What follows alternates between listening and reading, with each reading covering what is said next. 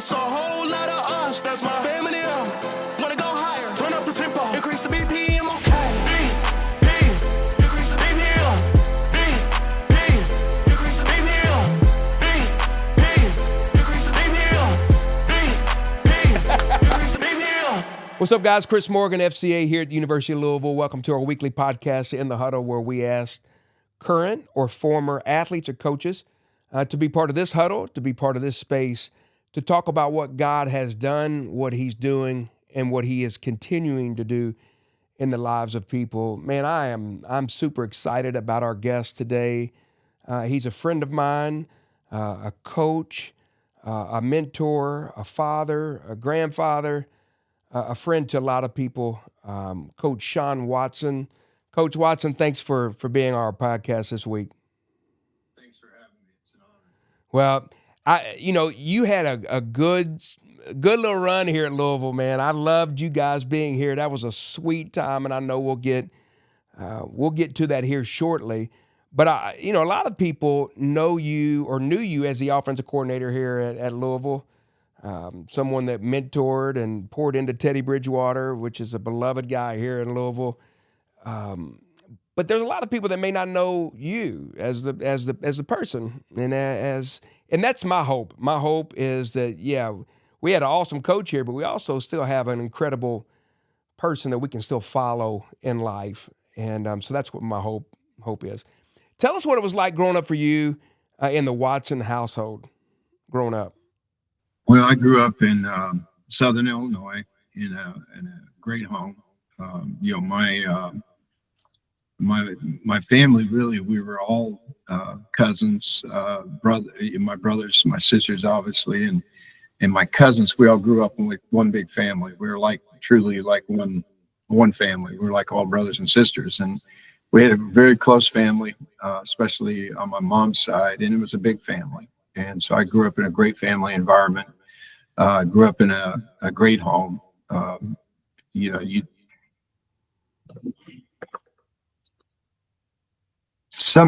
Sometimes you don't realize how awesome it was until you get older, and you're actually now the parent, and in my case now grandparent.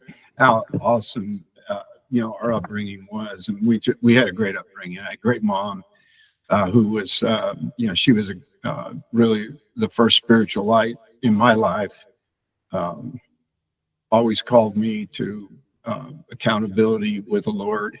And then I had a great dad who was just a hardworking man who taught me to stay humble, stay hungry, and so many life lessons. And both of them really taught me by their examples how to treat people.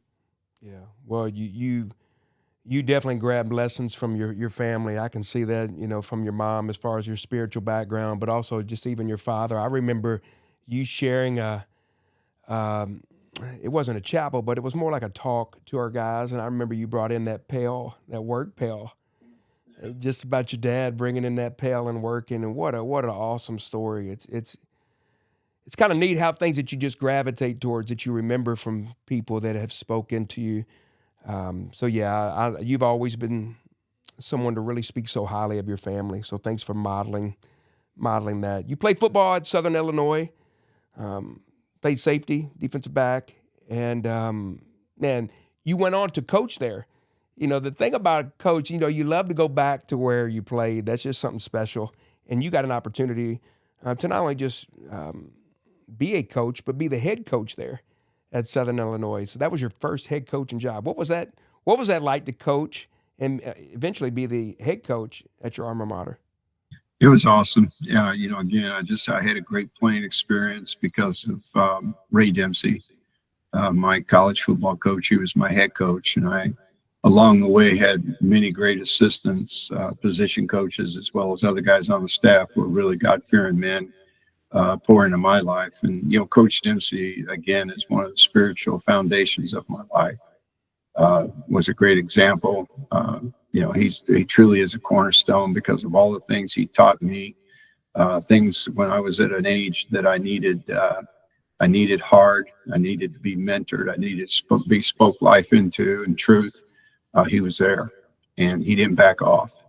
and he always gave me great truth and called me to a high level of accountability as a person. And to this day, I'm truly still so grateful for him and what he's done for me. Coach Jim Caldwell, who's had a successful coaching career himself, was my position coach, and he was another a great influence on me. A guy who just was a great teacher in the classroom, and again, another man who poured accountability and life into me. And then there's so many guys on the staff: Dave McMichaels, Rick Trickett, some of the great coaches in our profession, Mike Wallace. I had so many, Bob Shaw. I had so many great guys around me. We all did as players, and I don't think there's a mistake that all of us turned out the way we did, and to this day are so close because of the men that led us.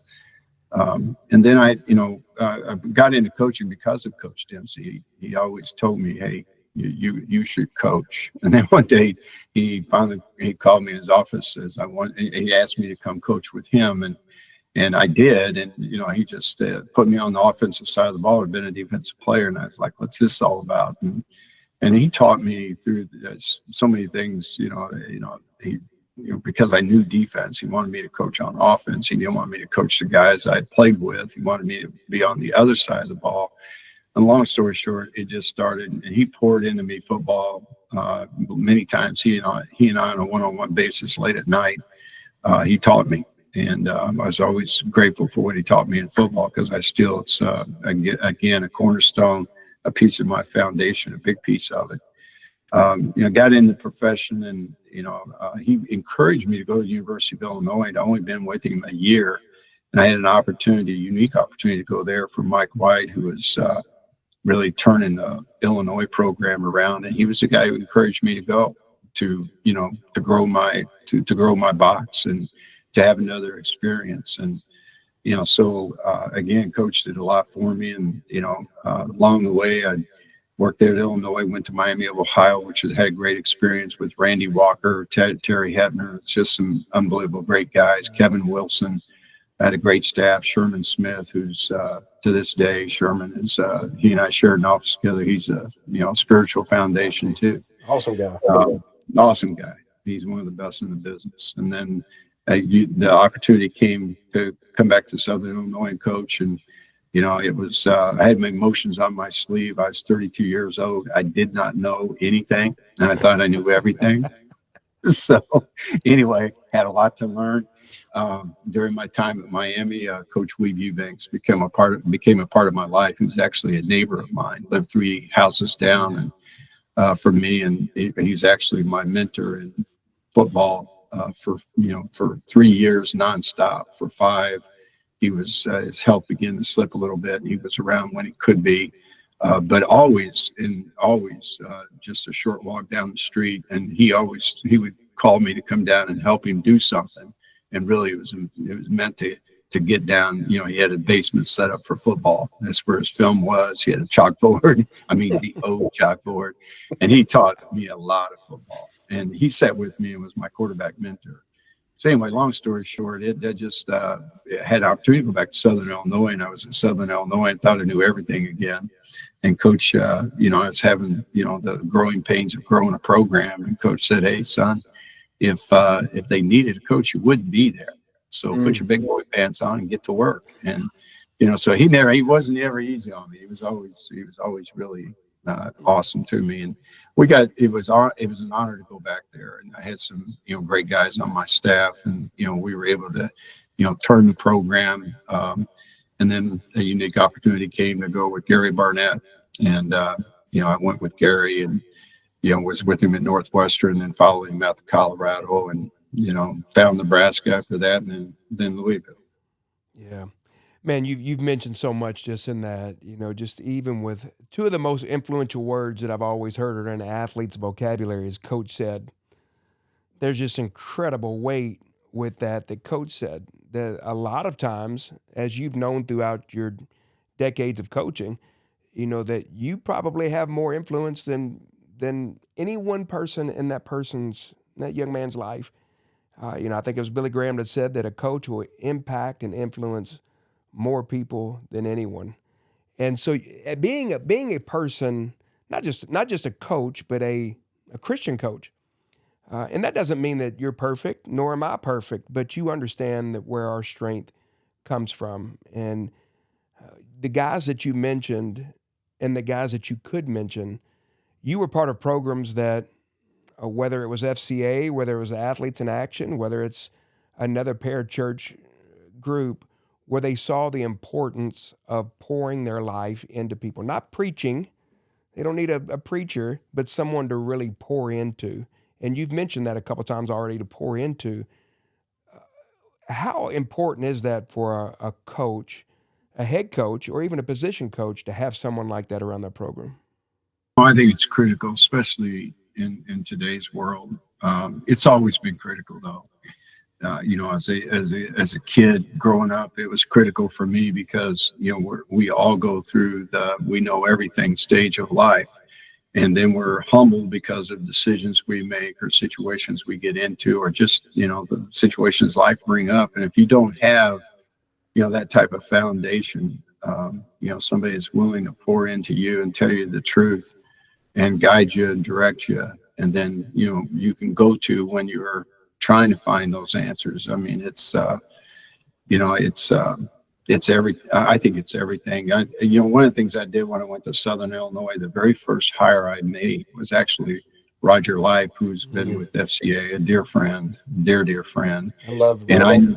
No, he's a beautiful person, and he really helped me as much as he helped our kids. Because I think what's important when you're in a leadership position, you got to be really squared up with your why, and that humble heart is so important to have, and just to keep you grounded and keep you moving everybody in a positive direction where you're all working together. And Roger really supplied that for me. He did a wonderful job with our kids and with our coaches and with me. Yeah. You mentioned Roger. Roger's somebody that I've looked up to for a long time. Just really, he instilled in me just a longevity of just growing right where you're planted. He's made a life of being at Southern Illinois and just continuing to be faithful of what the phrase is, watering the bamboo, that eventually, you'll see the results. Just be faithful in the small things. And I've watched Roger do that, and I tried to model that just with what's been here. Being around coaches and athletes, you got the athlete for maybe 4 years, 5 years tops, and now with transfer portal, sometimes you only have them for a little bit, and they're gone. This is my 7th football coaching staff, and so you get used to kind of pouring your life into people, and then you have them for a time, and people, that's a hard. Football can be a volatile world, is what I'm saying. And so how can you remain faithful in what God has called you to do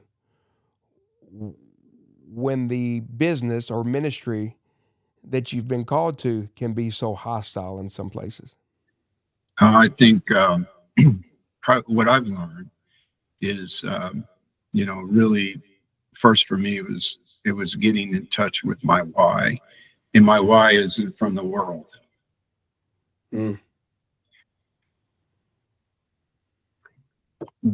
Probably best put, that's not where you're going to find it. And I really had to get down deep and, really my heart and my soul and my spirit to really find God's why, for me, for my creation, for what I'm all about, for what my purpose is here on his earth. And, then what I found in that was,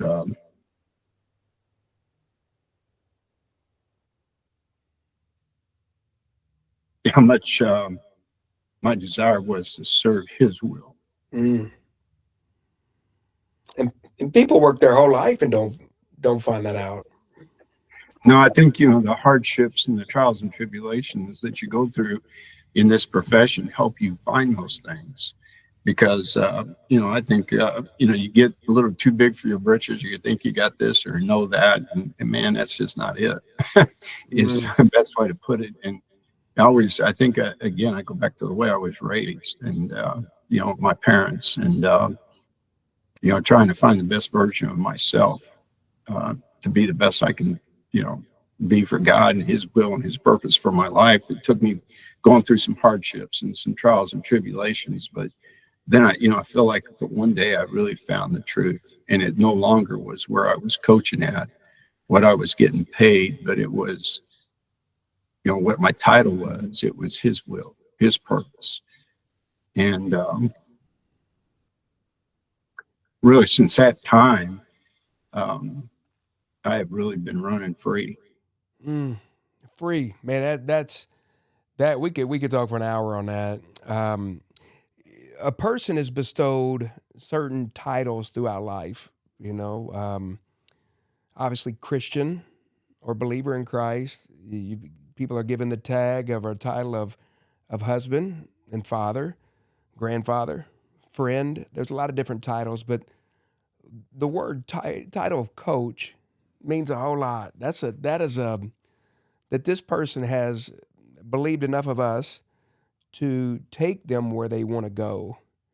And there's pressure in that. There's responsibility with that. And as you have said many times, your identity can't be wrapped up in the things of the world, but it has to be wrapped up in a relationship with Christ.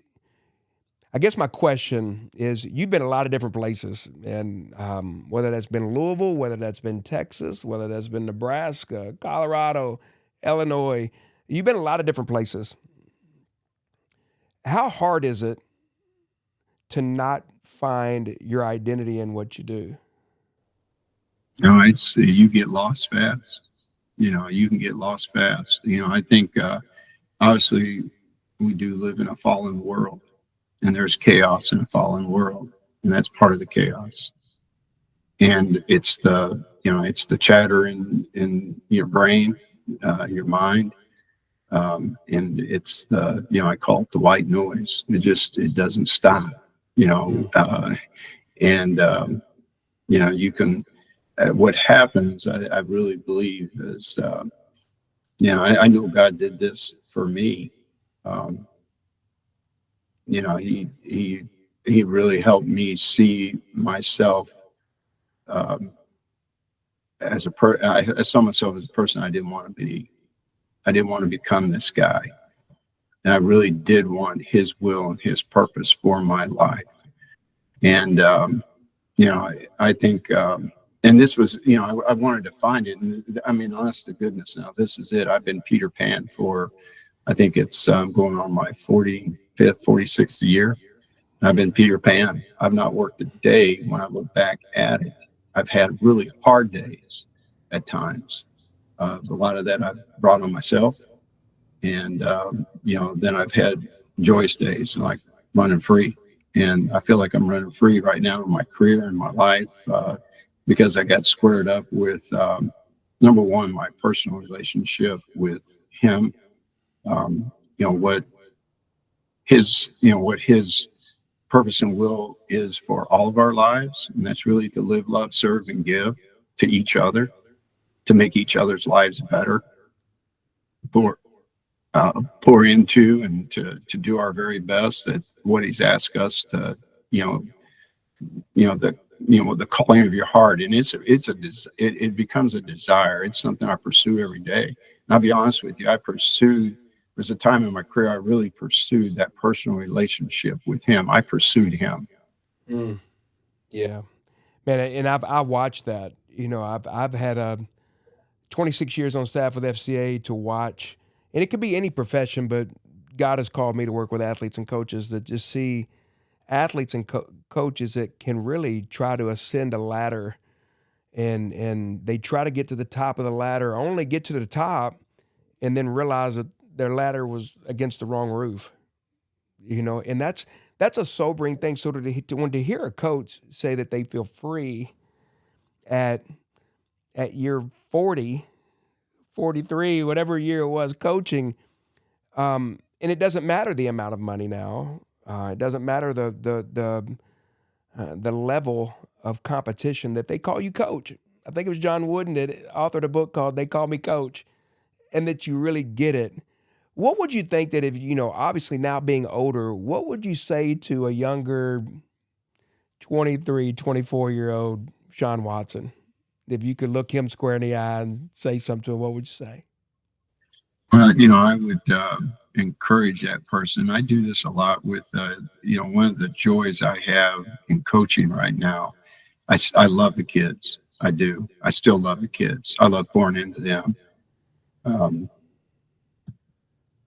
The other calling I've found is the young coach. And I'm really proud of, just take our guys there at Louisville, Shane Steichen, Sharon Moore, Will Stein, Justin Burke. I mean, these are all guys that were in my life. And I've got one of them on my staff, John Saxon. I mean, just outstanding young coaches. So I found a real purpose in the young coaches. And also, and what I've told those guys is, really, I think it all starts with, really finding God's purpose and will for you in your life. And, that, once I found that and really found out what that meant is to live, love, serve, and give, everything got real easy. There's tough days, tough situations, tough decisions, et cetera, but in the end, being able to get through them, because I know that my source of strength, what I really depend on is His Spirit that lives inside all of our hearts when we accept Him. Yeah, that's you mentioned a lot of names of just young coaches back in Louisville, guys that I still talk with that watched what I say that really was a great time at Louisville. Those were some fun times. Being part of 7 football staffs, you can really see just different ones, what staffs bring certain things. That was a special group of guys. I can give you some of my answers, but what was some of the things that made Louisville so special while you were here? It was the people. Everything great that happens in life is centered around people who are helping each other seek and find, that place they're trying to go. And I believe that's what we were all about there at Louisville. That's the best staff. And I've been a part of some great staffs. And I mean this is no disrespect to anybody I've worked for or anybody I've worked with. But that staff and those kids, you included, Mike and, Ed and all the guys down in the equipment room included. That was Terry, who was our custodian in the building. I don't care. Ladies up in the office. We all had, that was just unbelievable group of people that really, there was no attitude. I mean, it was all about for us as coaches, it was about the kids. And for the kids, it was about each other and about them. I've hired on my staff here at Wofford, I have Sonoris Perry, I have Michael Lee Harris, I have John Saxon, Roy Philon was on my staff, and he just recently accepted another job and got his real coaching start, or his starting coaching. And the reason for all that was because of that time at Louisville. And it was a very, very special time. It's the people. And I really have to, we really wanted God's purpose in our program and in everything that we sought to do. I think you were such a big part of that.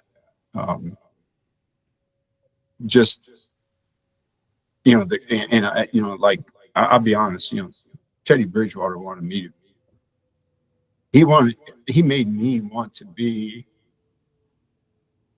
a better person.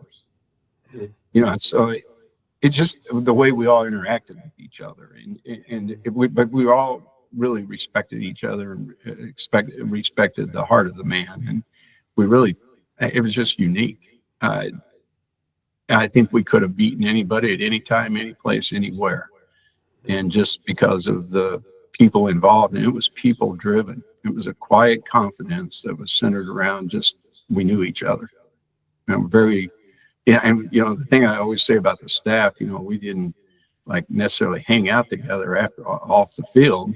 We all kind of went our separate. But when we walked in that building, we were on the same page, and it was because it was about the kids. It was it really was. Yeah, those were special times, whether that be practices every day or whether that be a coach's study once a week or whether it's just one-on-one time. That was um, just felt so included, and that's what has made the University of Louisville, from my standpoint, with FCA so unique, is because every staff I have felt included and part of what was going on within that program, and it's easy to be part of it. I've enjoyed watching that. As not that you ever want some people leaving, because this nature of the business is they may leave and go to another place. As you've mentioned, Roy Fallon, he goes to another place, but the relationships never stop.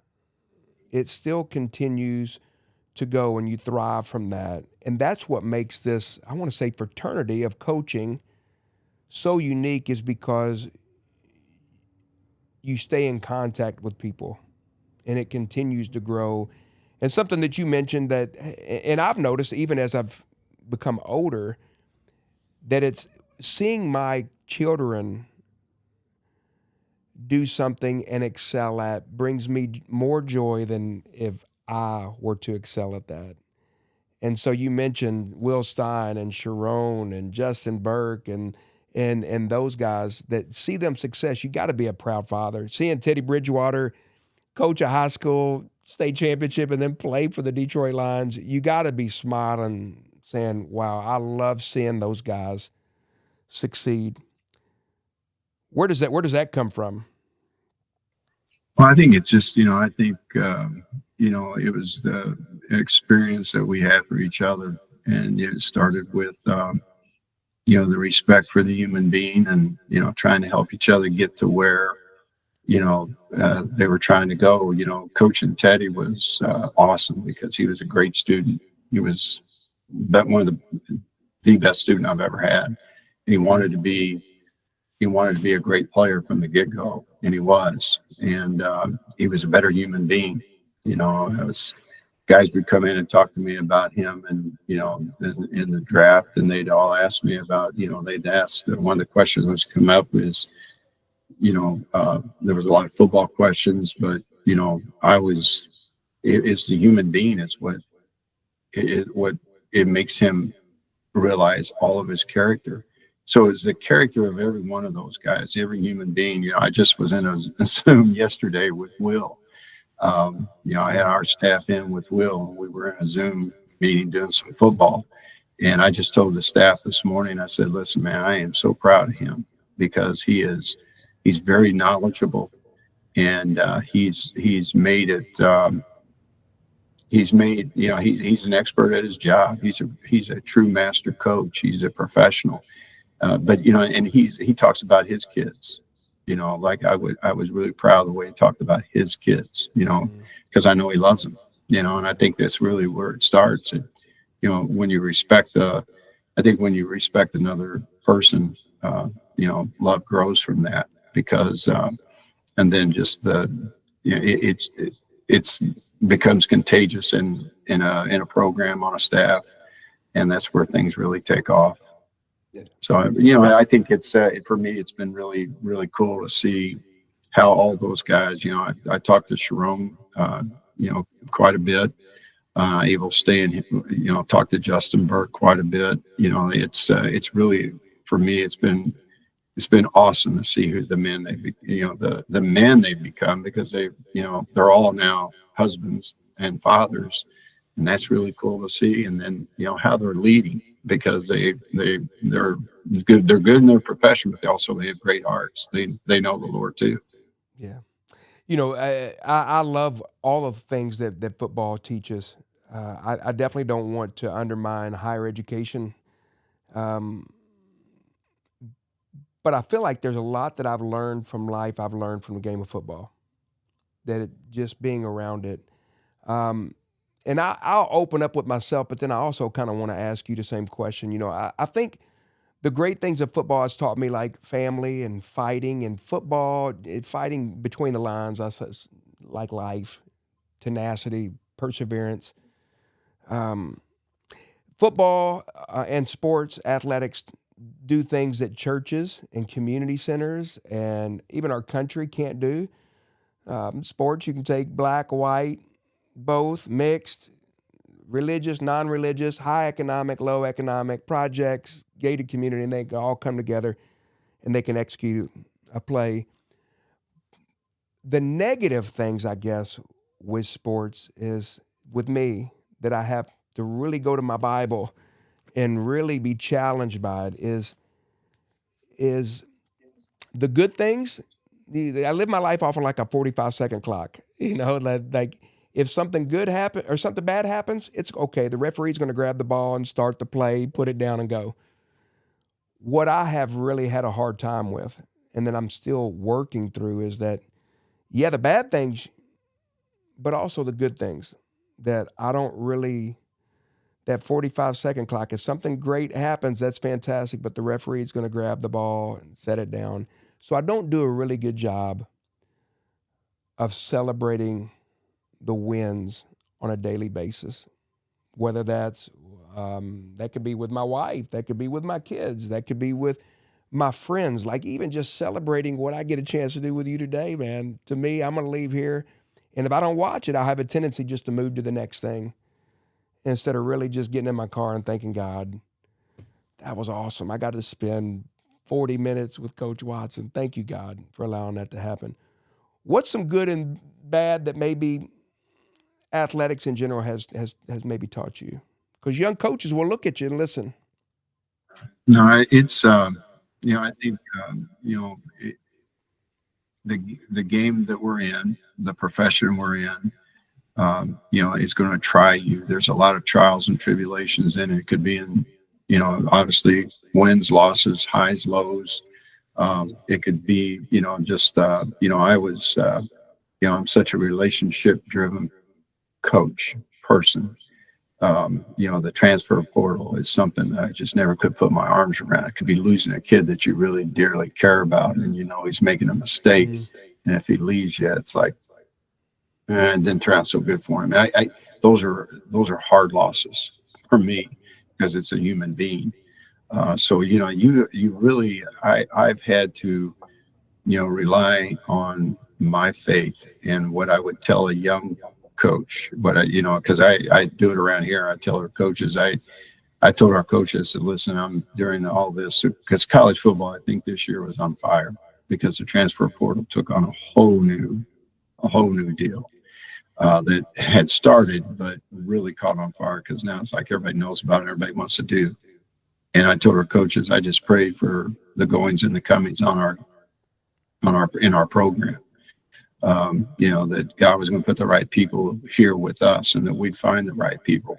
So I think it's being faithful and living your faith in those hard, because that was hard for me, man. You know me. I'm a faithful guy. I just, I really have a lot of, I'm loyal, to the players and the coaches. And I celebrate the good things that happen, like, Roy getting an opportunity to get his first opportunity. Awesome. And then, losing a kid in the portal, I just knew it wasn't going to be good for him. And it wasn't, but I'd really have to rely on and trust that, God's will for, that person, and then God's will for us in our program. So it really comes back to, personal relationship that really keeps me grounded and helps me take a breath and calms my mind and stills my heart. I sometimes, I have to, like you just said, I've got to get in the Word, and I've got to really, I start every morning. First thing I start with is my prayer time, because I've got to get myself grounded, and I want to do a great job of leading, and really, I want to lead in His purpose and His will, because I know that as a head coach, His purpose and His will I have. For He's put people in my life, the coaches and their families, and the players and their loved ones. So I really, that responsibility, I want it to, I don't want to be, again, I always try to work hard to take me out of it and let it be his, because, I really believe he's brought people here, the coaches and the players, that there's a purpose and will that he has for them in their lives. I know it's not by mistake. We're all brought together at certain at time in our times of being, that we come together, that we're in a situation together. It's divine. It's by divine appointment. It's meant to be, and I want to make sure that we maximize and we take full advantage of what his purpose and his will. And that's what, part of my prayer every day is that that I will serve his purpose and his will for me in this day, to its close perfection, to glorify him and his purpose and will in these other people's lives that I'm responsible for. Yeah. Well, you do that, and you do that well, and you've done that well. Being a coach that is a Christian coach, that has godly principles in mind, to keep them in the dashboard and look at those daily instead of the rearview mirror. Man, you're pressing on towards that. But also a coach that really wants to win. And what I mean by that, not so much just about what the end of the record is, but whatever you do, do it with all of your heart as working for the Lord, not for man. You empty yourself of all you have, and the scoreboard will take care of itself. And you've modeled that. The guys that you have on your staff, I watch them as players and watch them as men, and Michael Lee and Sonoris and Saxon and those guys. Yes, I've watched that. So not only do you have to be an incredible person to be a coach, but you also have to have an incredible person as a spouse to do that. And Anita's been that for you, a person that kind of somewhat, maybe as all wives do in some ways, they sit in the shadows, that they're not seen a whole lot maybe, but they're at the end of the day the number one cheerleader. Talk about that for just a moment. Just about the somewhat the unsung hero in your family. Anita is, for me, is always, she's allowed me to, to really get to where I've gotten. None of this happens without her, just, she was, and this is when I'm a young coach, she's out, she's being mom, dad, because she's running the boys, to ball practice, and she's doing all the doings because I'm involved in coaching. And then she loved me enough and loved us enough and cared enough about our family one day to say, you need to slow down. And she's always called me out, is the best way to put it. And she's, she's always made me stop and take, and I've listened to her because I trust her so much. Because when she's talking to me, I know that I need to be talked to. And she's always called me to be a better father. And she's really the reason that I think my kids, the two boys and my daughter, why we have such great relationships today, is because she made me slow down. Because this profession, you can get lost in it. It's one of the things you can get lost in. Need more time. Got to do this. Got to do that. And pretty soon you're looking up. You're not husband. You're not dad. So she, and I want to be a great husband to her because of the way she has poured into me. She's a quiet force in our family. She is the thump in our family. She is everybody's everything. And she's always been there. And she shared me with all these families and the kids I've coached. And I think it was over Christmas, we were talking, and with my youngest son, Adam, he's fairly close to us. We can get to him pretty quick. And long story short, I realized sitting there with him on Christmas Eve that, my kids have shared me with so many kids.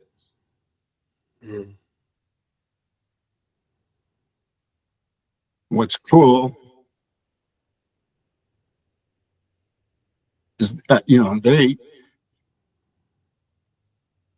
I think they really knew my heart, began to understand my heart better, and I think they really have embraced, you know, the fact that all the lives that we as a family have been a part of. It's been really cool, you know, for us as a family, and I think that I just, you know, I looked at my kids just as, you know, because they have really shared me with a lot of people, and they've understood, and you know, they loved every second of. My two boys think that, you know, football is, they grew up in a coach's office, in a locker room, on a field, and I don't think they would want to grow up any other way. And I think, you know, they have become, even though they're in different professions, they become good human beings because they have a heart to serve, you know. And I think that's just being around all the unique human beings, players and coaches, in situations we've been a part of. So it's been really cool as a family, and we've been blessed. I mean, this has been,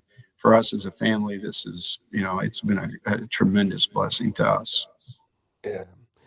Last question before I let you go, man. Thank you so much for taking the time to be here. I know you're right in the middle of practices and stuff, but I normally ask this question to everybody, um, and I've noticed that my answers or my responses are somewhat can be different depending on where I am at that moment in time. But who would you say that Jesus is to you? Everything, you know, it's my reason why. Um, I'm so grateful, you know, for what his what the host what the story is. The story is, you know, so awesome that God loved us so much, the human being has such hope and faith in us, that he honestly sent his son, which means he became a man and came to this earth in the most humblest of ways.